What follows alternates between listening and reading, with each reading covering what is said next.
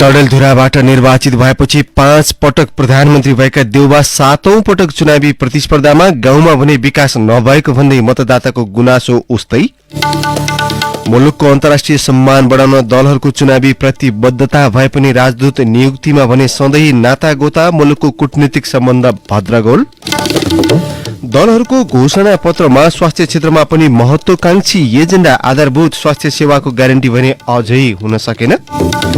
पाकिस्तानका पूर्व प्रधानमन्त्री इमरान खानको हत्या प्रयास, खुट्टामा गोली लागेका खानको अवस्था भने खतरामुक्त। र साफ अन्डर 15 महिला च्याम्पियनशिप फुटबलमा नेपालको विजयी सुरुवात, भुटान 7-0 पराजित। नमस्कार, कानपुर डायरीका साथमा साथी रमेश र म अनिल। सुरुमा प्रदेश र प्रतिनिधि सभा निर्वाचन विशेष। प्रतिनिधि सभा तथा प्रदेश सभा निर्वाचन विशेष। संसदीय निर्वाचनमा सर्वाधिक सफल पात्र हुन् नेपाली कांग्रेसका सभापति समेत रहेका प्रधानमन्त्री शेरबहादुर देउवा। 2048 सालदेखि डडेलधुराबाट निर्वाचित हुँदै आएका देउवा त्यस्ता पात्र हुन् जो उस्तै र एकै खाले चुनावी एजेन्डा बोकेर 6 पटक सांसद र 5 पटक प्रधानमन्त्री बनिसकेका छन्। आसन्न निर्वाचनमा अर्को कार्यकालको म्यान्डेट मागिरहँदा देउवासँग आफ्नो क्षेत्रका लागि नयाँ योजना छैन। त्यसैले उही 2048 सालदेखिकै पुरानै चुनावी प्रतिबद्धता, एजेन्डा र सपनाको टेको समातिरहेका छन्। डडेलधुरा सदरमुकामदेखि करिब 4 घण्टाको कष्टपूर्ण पैदल यात्रापछि पुगिने प्रधानमन्त्री शेरबहादुर देउवाको गाउँ मटेलाको सड़क सञ्जाल दयनीय छ। हिउँदमा जसोतसो आवत जावत गर्न सकिए पनि वर्षामा त ओहोर दोहोर ठप्प प्राय हुन्छ। 31 वर्षदेखि संसदीय निर्वाचनमा अपराजित यात्रारत देउवाले जनताले आशा गरेको विकासदेखि शिक्षा, स्वास्थ्य, खानेपानी लगायतमा 2048 साल यता ठोस उपलब्धि हासिल गर्न नसक्नु नै आफ्ना प्रतिबद्धतामा खरो उत्रन नसकेको दृष्टान्त हो। क्रमागत र जेनतेन हुँदै गरेका हरेक विकासका गतिविधिमा देउवालाई जस दिने उनका आफन्त र गाउँलेहरू यहाँको बाटोघाटो, खानेपानी, शिक्षा तथा स्वास्थ्य मुलुकका अन्य विकसित जिल्लामा जस्तै भइदिए हुन्थ्यो भन्ने अपेक्षा राख्छन्। मटेलाकी 67 वर्षीय राजमती आगामी पुस्ताका लागि पनि देउवाले धेरै काम गर्न बाँकी रहेको बताउँछिन्। आज उसैले दिनुपर्छ सबैतिर, उहिले नफुगुन त्यहाँ त केही नहुने, उ त दिन्छ उइलाई बाँच होइन। यिन कर्मचारी जुन ठुल्ठुलो मुन्डाका छन् वा उको दिया बजेट इन खाइदिन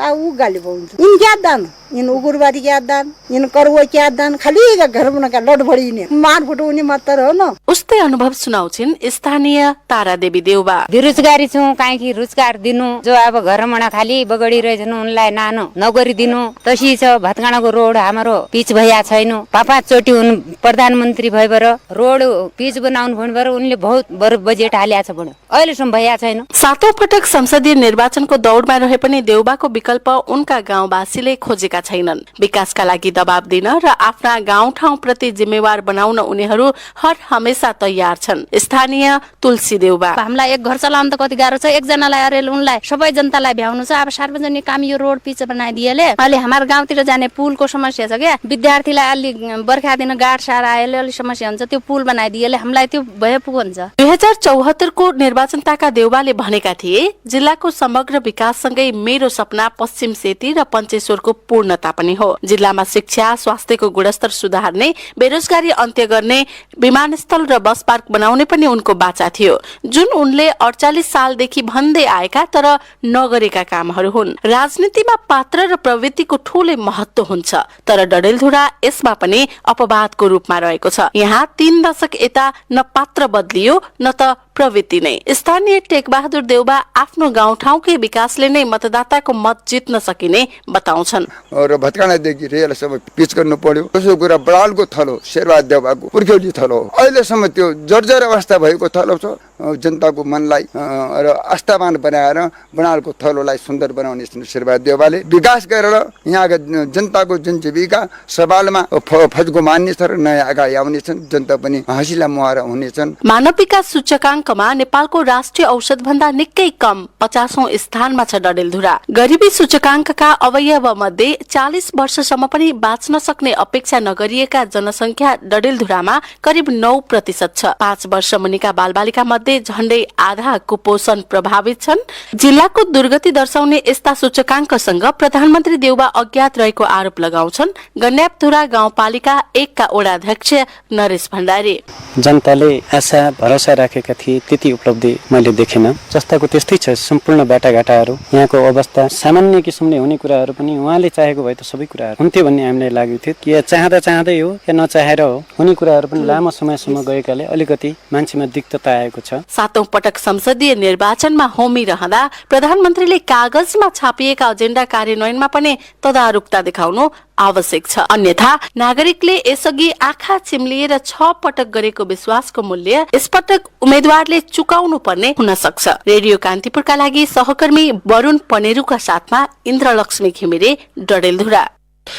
चितवन क्षेत्र नम्बर 2 मा यो पटक चुनावी माहौल अन्य क्षेत्रभन्दा फरक देखिएको छ। नयाँ पार्टी र नाम चलेका सेलिब्रिटी उम्मेद्वारका कारण क्षेत्र नम्बर 2 का मतदातामा उत्साह पाइएको छ।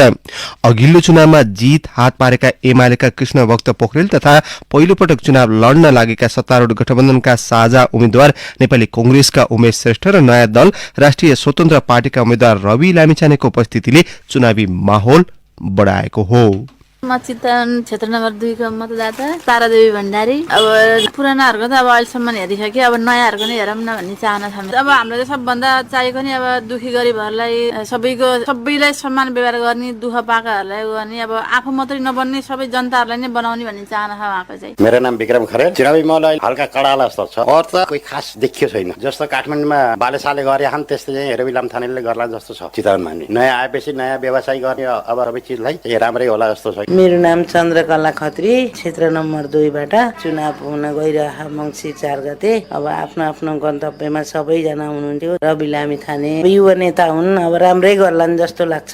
उनीहरू थिए चितवन क्षेत्र नम्बर 2 का मतदाता। गत निर्वाचनमा आफ्ना निकटम प्रतिद्वन्दी नेपाली कांग्रेसका शेषनाथ अधिकारीलाई 17,356 मतान्तरले पराजित गर्दै निर्वाचित भएका एमालेका कृष्णभक्त पोखरेललाई आफ्नो जितलाई निरन्तरता दिनुपर्ने दबाव छ। सत्तारूढ गठबन्धनका साझा उम्मेद्वार उमेश श्रेष्ठ र राजनीतिका नयाँ अनुहार पूर्व संचारकर्मी रवि लामिछानेको उपस्थिति चिर्दै जित्नुपर्ने चुनौती पोखरेल सामु छ। यो क्षेत्रका कतिपय मतदाता राजनीतिक दलप्रतिको बढ्दो वितृष्णाका कारण नयाँ उम्मेद्वारप्रति आकर्षित देखिन्छन्। एकजना मतदाता विनोद कान्त ढकालले भने, चितवन जिल्लाको यो क्षेत्र नम्बर 2 भनेको अत्यन्त शिक्षित मतदाता भएको क्षेत्र भएको हुनाले र उहाँहरूले उम्मेद्वारको एकदमै माइक्रो लेभलमै उहाँहरूको चाहिँ विश्लेषण गरेर त्यसपछि मतदान गर्ने क्षेत्र भएको हुनाले आम मतदाताको मनमा को बस्न सक्छ, कसले भिजन प्रस्तुत गर्न सक्छ, अब त्यो अझ हेर्न बाँकी नै छ। चितवनका अन्य निर्वाचन क्षेत्र भन्दा केही सुगम मानिएको क्षेत्र नम्बर 2 मा महिला 63,058 र पुरुष 61,156 गरी 1,24,214 मतदाता छन्। भरतपुर महानगरपालिकाका 10 वटा वडा यस क्षेत्रमा पर्छन्। त्यस्तै इच्छाकामना गाउँपालिका र कालिका नगरपालिकाका सबै वडालाई यो क्षेत्रले समेटेको छ।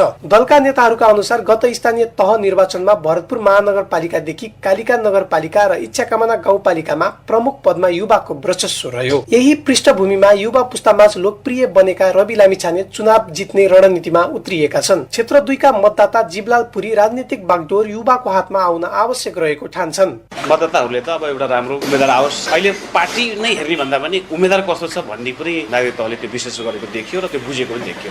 निर्वाचन नजिकै गर्दा यस क्षेत्रमा उम्मेद्वारले आफ्नो चुनावी प्रसारलाई व्यापक बनाएका छन्। अहिले पार्टीका उम्मेद्वार मात्र होइन, 6 जना स्वतन्त्र उम्मेद्वार पनि मतदाता रिजाउने ध्याउनमा छन्। तर स्वतन्त्र उम्मेद्वार धेरै हुँदा मतदातामा केही अन्यल देखिएको छ। नेता र उम्मेद्वारको भाषणमा एक थरी र व्यवहारमा अर्को थरी हुने गरेका कारण आधारभूत आवश्यकता पूरा हुन नसकेको केही मतदाताको गुनासो छ। मतदाता सरू ढुङ्गाना भन्छन्, रोजगारको लागि विदेश लखट्न परिरहेछ, सुकुम्बासी समस्याहरू बेसरी जटिल छ, सबै रोएर बसेका छन्। हामीलाई अबको नेता भनेको यो सुकुम्बासी आयोगहरूको जग्गा आफ्नो आफ्नो तिनीहरूलाई दिने, अनि त्यसपछि अलिकति भए पनि बेरोजगारहरू समस्या समाधान गर्ने खालको नेता चाहिएको हामीलाई। स्थानीय तहको निर्वाचनमा वडाध्यक्षले पाएको मतका हिसाबले गठबन्धन दललाई फाइदा पुग्ने अनुमानका बीच एमालेका पोखरेलले गठबन्धनलाई पछ्याउनु पर्ने दबाव बढ्दै गएको छ। त्यसमाथि रवि लामिछानेको उपस्थितिले चुनावी नतिजालाई प्रभावित पार्ने विश्लेषणले चितवनको चुनावी माहौल बढाएको हो। रेडियो कान्तिपुरका लागि सहकर्मी रमेश कुमार पौडेलका साथमा मनिष अधिकारी, भरतपुर, चितवन। यसैबीच रवि लामिछाने नेतृत्वको राष्ट्रिय स्वतन्त्र पार्टीले जनताद्वारा प्रत्यक्ष निर्वाचित प्रधानमन्त्रीको एजेन्डा अघि सारेको छ। आगामी चुनावका लागि बाचापत्र नाम गरिएको घोषणापत्र सार्वजनिक गर्दै सो पार्टीले संघीय सरकार जनताद्वारा प्रत्यक्ष निर्वाचित प्रधानमन्त्रीको प्रस्ताव अघि सारेको हो। त्यस्तै वडाध्यक्षदेखि संघीय संसदसम्म सम्मिलित बृहत निर्वाचन मण्डलबाट राष्ट्रपति चुनिने प्रस्ताव अघि सारेको छ। त्यसैगरी राष्ट्रपतिमा निर्वाचित हुनका लागि कुनै पनि राजनीतिक दलमा नलागेको वा राजनीतिक लाभ नलिएको नेपाली नागरिक हुनुपर्ने उसको एजेन्डा छ। त्यस्तै राष्ट्रिय स्वतन्त्र पार्टीले आगामी 30 वर्षभित्र रोजगारीका लागि कुनै पनि नेपाली विदेश जान नपर्ने गरी काम गर्ने लामिछानेले बताउनुभयो। अबको 31 वर्षपछि हामीले यदि परिकल्पना गरेको देश कस्तो हुनेछ भन्ने कुराको एउटा खाका म तपाईहरुलाई सुनाउन चाहन्छु। 2110 को नेपाल कस्तो हुनेछ भन्ने कुरा यहाँहरुलाई देखाउँछु। कुनै पनि नेपालीहरु रोजगारीका लागि विदेश जानुपर्ने बाध्यता अन्त्य हुनेछ। दिन होस् या रात होस्, छोरा होस् या छोरी होस्, बालक होस् या वृद्ध होस्, जो कोही पनि नेपालको जुनसुकै भूभागमा शान्ति र सुरक्षा प्रत्याभूत भई निष्फिक्र हिँडडुल गरिरहन सक्नेछन्। नेपालका प्रत्येक भूभाग एक अर्कासँग गुणस्तरीय र सुलभ यातायात प्रणालीमा जोडिए हुनेछन्। डिजिटल तथा सूचना प्रविधि क्षेत्रमा हरेक नेपाली शिक्षित हुनेछन्। बस हामी यति मात्र चाहन्छौं। मंसिर 4 रासोपा सरकार सबको जय होस्। त्यस्तै सो पार्टीले 30 वर्षभित्र नेपालबाट गरिबी उन्मूलन गर्ने जनाएको छ। त्यस्तै आधुनिक सुविधा सम्पन्न गाउँहरू हुने र शहरहरू गाउँ जस्ता बनाइने राष्ट्रिय स्वतन्त्र पार्टीको परिकल्पना छ। कान्तिपुर डायरीमा अब ब्रेकको पालो। कान्तिपुर डायरीमा अब बाँकी प्रसंग। सुरुमा कान्तिपुर सविस्तार। कान्तिपुर सविस्तार। मक्सिर 4 गते हुने प्रतिनिधि र प्रदेशसभा निर्वाचनका लागि दलहरूले घोषणापत्र सार्वजनिक गरिसकेका छन्। हरेक जसो पार्टीको नेतृत्वमा बनेका सरकारहरूले आधारभूत स्वास्थ्य सेवाको ग्यारेन्टी गर्न नसकेका बेला दलहरूले स्वास्थ्य सम्बन्धी महत्वाकांक्षी मुद्दा अघि सारेका छन्। चुनाव नजिकैसँगै दलहरूले मतदाता रिझाउनकै लागि पनि आकर्षक मुद्दा समेटेका घोषणापत्र सार्वजनिक गरेका छन्। घोषणापत्रमा अन्य मुद्दा सरह स्वास्थ्यका विषयले पनि प्राथमिकता पाएका छन्। गाउँ गाउँमा स्वास्थ्य सेवा र जनशक्ति पुर्याउने, सबै नागरिकको स्वास्थ्य बीमा गर्ने, बालबालिका तथा ज्येष्ठ नागरिकहरूको स्वास्थ्य सेवामा पहुँच बढाउने, सुरक्षित प्रसूति सेवा, महिलालाई निशुल्क गुणस्तरीय स्यानिटरी प्याडको व्यवस्था गर्ने लगायत निकै आकर्षक मुद्दाहरू राजनैतिक दलहरूको घोषणापत्रमा समेटिएका छन्। कांग्रेसले आफ्नो घोषणापत्र 5 वर्षभित्र सम्पूर्ण नागरिकको आधारभूत बाहेक सबै स्वास्थ्य सेवा बीमा मार्फत गर्ने प्रतिबद्धता जनाएको छ। बिमितहरूले अस्पतालबाट सन्तोषजनक सेवा नपाएको गुनासो बढ़िरहँदा कांग्रेसले स्वास्थ्य बिमित हुने संख्या 100% पुर्याउने लक्ष्य लिएको छ। यसमा अहिले प्रमुखता रूपमा हामीले स्वास्थ्यको एंगलबाट हेर्दाखेरि 373 को एउटा नयाँ अवधारणा लिएर आएका छौँ। 3 वर्ष मुनि र 73 वर्षभन्दा माथिलाई निशुल्क स्वास्थ्य उपचार भन्ने कन्सेप्ट यो पछि गएर यो राष्ट्रिय स्वास्थ्य बीमाको फ्रेमवर्कमै गएर नासिने हो र अहिलेलाई 373 को कन्सेप्ट हामीले लिएर आएका छौँ। हामीले जनसङ्ख्याको प्रक्षेपणहरू हेर्दाखेरि करिब 38 देखि 39 लाखको हाराहारीमा यो जनसङ्ख्या हामीले एउटा सम्बोधन गर्नेछौँ। 5 वर्षभित्र हामीले 100% नेपालीहरूलाई स्वास्थ्य बीमाको खाकाहरू लिएर आउँछौँ। तिर्न सक्नेले योगदानमा आधारित बीमा प्रिमियमहरू तिर्छ र 65 वर्षभन्दा माथिको लागि बीमा निशुल्क हुन्छ। त्यसैगरी सबै महिलालाई निशुल्क गुणस्तरीय सेनिटरी प्याडको व्यवस्था गर्ने विषय पनि कांग्रेसले घोषणापत्रमा समेटेको छ। विपक्षी दल एमाले पनि महिनावारी हुने उमेरसम्मका सबै महिलालाई सेनिटरी प्याड वा अन्य वैकल्पिक सामान खरिदका लागि वार्षिक 1500 रुपैयाँ उपलब्ध गराउने घोषणापत्रमा उल्लेख गरेको छ। ग्यारेन्टी नम्बर 17 स्वस्थ महिनावारी 1500 वर्षभरि। महिनावारी हुने उमेर समूहका देशभरिका सम्पूर्ण महिलाका लागि गुणस्तरीय स्यानिटरी प्याड वा अन्य वैकल्पिक साधन खरिद निम्ति वार्षिक रु 1500 उपलब्ध गराइनेछ। प्रसूति हुने 100% महिलाको गर्भावस्थाको नियमित स्वास्थ्य जाँच तथा दक्ष स्वास्थ्य कर्मीको सहयोगमा स्वास्थ्य संस्थाबाट प्रसूति सेवा सुनिश्चित गरिनेछ। ग्रामीण तथा दुर्गम क्षेत्रका जोखिममा परेका गर्भवती तथा सुत्केरी महिलाको निशुल्क आपतकालीन उद्धार गर्न हवाई एम्बुलेन्स र एम्बुलेन्सको व्यवस्था गरिनेछ। 2 वर्ष अघि शिलान्यास गरिएका 5, 10 र 15 सयका 396 स्थानीय तहका आधारभूत अस्पताल निर्माणको कार्य 2 वर्षभित्र सम्पन्न गर्ने प्रतिबद्धता एमाले दोहोर्याएको छ। यस्तै माओवादी केन्द्रले महामारी जन्य स्वास्थ्य प्रकोपलाई वैज्ञानिक ढंगले सामना गर्न संघ र प्रदेशमा छुट्टै निकाय बनाई अध्ययन अनुसन्धान निरोधात्मक र प्रतिरोधात्मक कार्य गरिने योजना अघि सारेको छ। यस वर्ष प्रकोपको रूप लिएको डेंगीले अर्को वर्ष विकराल रूप लिन नदिन तीनै तहका सरकारको समन्वयात्मक प्रयासमा गर्मीयाम शुरू हुन साथ डेंगीको भाइरस वाहक लामखुट्टे नियन्त्रण गर्न पर्याप्त बजेट सहित अभियान सञ्चालन गरिने प्रतिबद्धता माओवादी केन्द्रको छ। सत्ता गठबन्धनकै अर्को दल एकीकृत समाजवादीले प्रत्येक पालिकामा विशेषज्ञ चिकित्सक सहितको स्वास्थ्य सेवा उपलब्ध गराउन पहल गर्ने भन्दै दूरदराजका जनताले पनि घर आँगनमै विशेषज्ञ स्वास्थ्य सेवा पाउने घोषणा पत्र मार्फत जनाएको छ। सो पार्टीका महासचिव बेदुराम भुसालले भने स्वास्थ्यको क्षेत्रमा राज्यको लगानी वृद्धि गर्ने र गुणस्तरीय शिक्षा प्रदान गर्ने र गुणस्तरीय सेवा स्वास्थ्य सेवा पनि प्रदान गर्ने व्यवस्था राज्यको तर्फबाट हुनुपर्छ। राष्ट्रिय प्रजातन्त्र पार्टी राप्रपाले काठमाडौँको वीर अस्पताल स्तरको अस्पताल साथै प्रदेशमा निर्माण गरी सञ्चालन गरिने योजना घोषणा पत्र मार्फत सार्वजनिक गरेको छ। सो पार्टीका अध्यक्ष राजेन्द्र लिङदेन काठमाडौँको वीर अस्पताल स्तरको अस्पताल साथै प्रदेशमा निर्माण गरी सञ्चालन गरिने, आधारभूत स्वास्थ्य सेवा सबै नागरिकलाई निशुल्क तथा अनिवार्य गरिने, सबै नागरिकलाई स्वास्थ्य बीमाको पहुँच वृद्धि गरी बीमाको दायरामा ल्याइनेछ र सबै बिमितले आफूले चाहेको अस्पतालमा उपचार गर्न पाउने व्यवस्था मिलाइनेछ। वडा स्वास्थ्य केन्द्र मार्फत वडाका प्रत्येक नागरिकको स्वास्थ्य प्रोफाइल तयार गर्ने व्यवस्था मिलाइनेछ। ज्येष्ठ तथा अशक्त नागरिकको घर दैलोमा स्वास्थ्य सेवा पुर्याइनेछ। प्रत्येक वडामा सुरक्षित प्रसूति सेवा सहित न्यून आय भएका परिवारका सुत्केरीलाई 3 महिनासम्म रु 3000 मासिक भत्ता उपलब्ध गराइनेछ। प्रत्येक किशोरीलाई पाठेघरको क्यान्सर विरुद्धको खोप प्रदान गरिनेछ।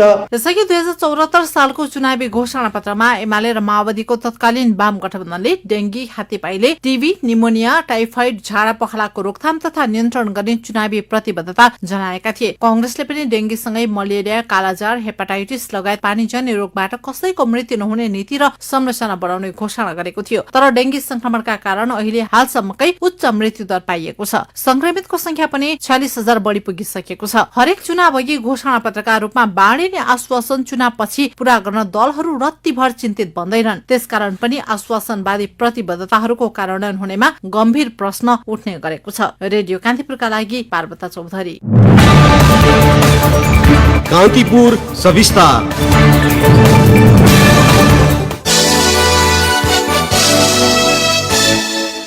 देशको प्रतिनिधित्व गर्ने राजदूत नियुक्त गर्दा योग्यता र विज्ञता लत्याएर नातकता र आसेपासे रोज्ने नेता र दलहरूले चुनावी घोषणापत्रमा भने सम्मानजनक अन्तर्राष्ट्रिय सम्बन्धको प्रतिबद्धता व्यक्त गरेका छन्।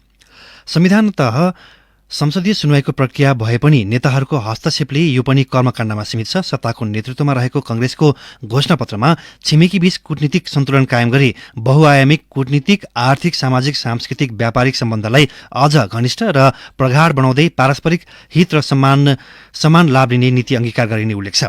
पटक पटक सरकारको नेतृत्व गरेको कांग्रेसले राजदूत नियुक्तिका बेला भने प्रतिबद्धता व्यवस्था गर्दै आएको छ। अर्को सत्तारूढ दल माओवादीको प्रतिबद्धता पत्रमा नेपाली नियोग र परराष्ट्र मामिला तथा कूटनीतिक क्षेत्रमा काम गर्ने सरकारी निकायहरूलाई समय सापेक्ष, अत्याधुनिक, दक्ष र व्यवस्थित बनाई थप सुदृढ र विकसित गर्ने भनिएको छ। सरकारमा पटक पटक पुगेको माओवादीले मुलुकको कूटनीतिक सम्बन्धलाई बलियो बनाउने गरी अब्बल व्यक्तिलाई राजदूत बनाउन भने ध्यान दिएको छैन। कांग्रेस सभापति शेरबहादुर देउवा नेतृत्वमा रहेको माओवादी सहित गठबन्धन सरकारले गत चैत 24मा चीन सहित 20 मुलुकका लागि राजदूत सिफारिस गरेको थियो। त्यसमा राजनीतिक कोटाका 12 जना छान्दा विज्ञता नहेरी दल र नेता निकटलाई प्राथमिकता दिइएको थियो। त्यतिबेला माओवादी अध्यक्ष पुष्पकमल दाहालका विश्वासपात्र विष्णु पुकार श्रेष्ठलाई चीनका लागि राजदूत बनाएको थियो। श्रेष्ठ माओवादी पार्टीको निर्वाचन आयोगका प्रमुख हुनुहुन्थ्यो। माओवादी निकट शिक्षक संगठनका पूर्व अध्यक्ष श्रेष्ठ मानव अधिकार संगठनमा पनि आबद्ध हुनुहुन्थ्यो। वैदेशिक रोजगार व्यवसायी संघका पूर्व अध्यक्ष दानबहादुर तामाङ माओवादी प्रवेश गरेर दक्षिण अफ्रिकाको राजदूत बन्नुभएको छ। 2070 को संविधान सभा निर्वाचनमा उहाँ एमालेबाट चितवनमा उम्मेद्वार हुनुहुन्थ्यो। अस्ट्रेलियाका लागि राजदूत भएका कैलाश पोखरेल अर्को सत्तारूढ दल एकीकृत समाजवादीका अध्यक्ष माधव कुमार नेपालका बहिनी ज्वाइँ हुनुहुन्छ। उहाँ अर्थ मन्त्रालयका पूर्व अधिकारी पनि हुनुहुन्छ। नेता नेपालकै पहलमा उहाँ यसअघि न्युयोर्क स्थित महावाणिज्य दूतावासमा हुनुहुन्थ्यो। ऊर्जा मन्त्री तथा माओवादी केन्द्रकी उपमहासचिव पम्पा भूषालका बहिनी ज्वाइँ वासुदेव मिश्र पनि गत चैतको सिफारिसका आधारमा श्रीलङ्काका लागि राजदूत हुनुहुन्छ। अर्थविद तथा श्रीलङ्काका लागि पूर्व राजदूत विशुम्भर प्याकुरेलकी पत्नी ज्योति प्याकुरेललाई सरकारले दक्षिण कोरियाको राजदूत बनाएको छ। ज्योति पहिलोपटक राजदूतकै रूपमा कूटनीतिक क्षेत्रमा आउनु भएको हो। मलेसियाका लागि राजदूत दिल्ली पौडेल एकीकृत समाजवादीका नेता जगन्नाथ खनालको सिफारिसमा पर्नु भएको हो। अमेरिका बसेर फर्केका पौडेल कूटनीतिक क्षेत्रमा नयाँ हुनुहुन्छ। कांग्रेस उपसभापति पूर्णबहादुर खड्काले आफूलाई सहयोग गरेको भन्दै सुर्खेतका नरेश ढकाललाई राजदूत बनाउनु भएको छ। उहाँमा पनि कूटनीतिक क्षेत्रको ज्ञान थिएन। ओमानका लागि राजदूतको जिम्मेवारी सम्हालेर केही समय अघि फर्कनु भएको समिरा पराजुली ढकाल स्पेनको राजदूत हुनुभएको छ। तत्कालीन प्रधानमन्त्री केपी ओलीले अमेरिकाबाट पढेर आएकी दावा फुटी शेर्पालाई स्पेनका लागि राजदूत बनाउनु भएको थियो। एमाले र ओली निकट आङ छिरिङ शेर्पाकी भतिजी भएकै कारण दावालाई राजदूत बनाएको थियो। ओलीले 2077 असोजमा एमाले नेता छविलाल विश्वकर्माका ज्वाइँ निर्मल कुमार विश्वकर्मालाई दक्षिण अफ्रिकाका लागि राजदूत बनाएर पठाउनु भएको थियो।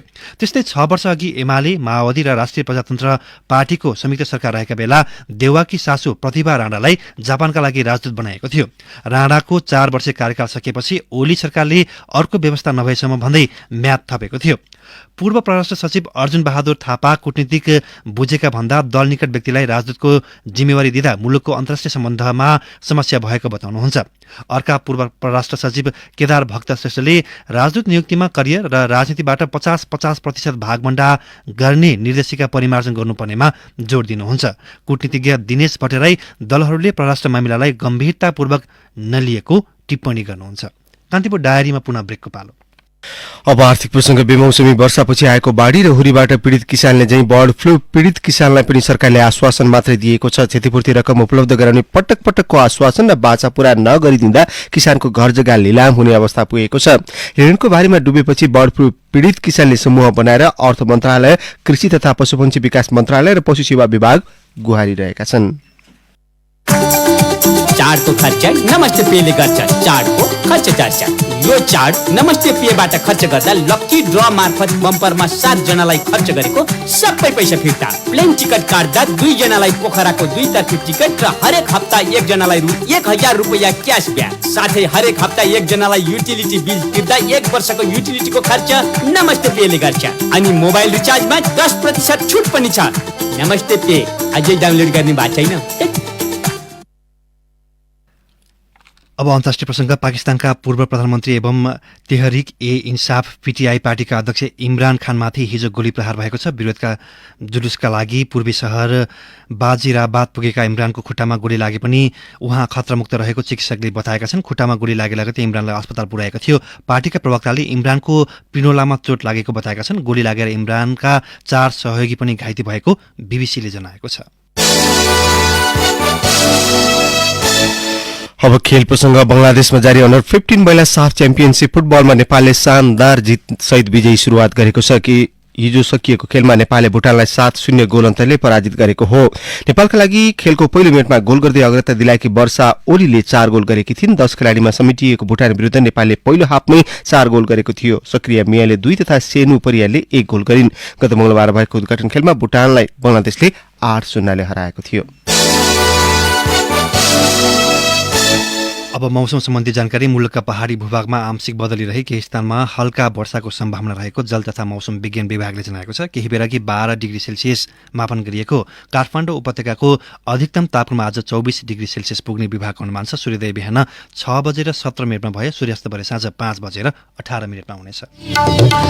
हस्त नै प्रसंगसहित कान्तिपुर डायरीको यो बुलेटिन अहिलेलाई यही सकिन्छ। साथी रमेश र म अनिल बिदा माग्छौं। नमस्कार।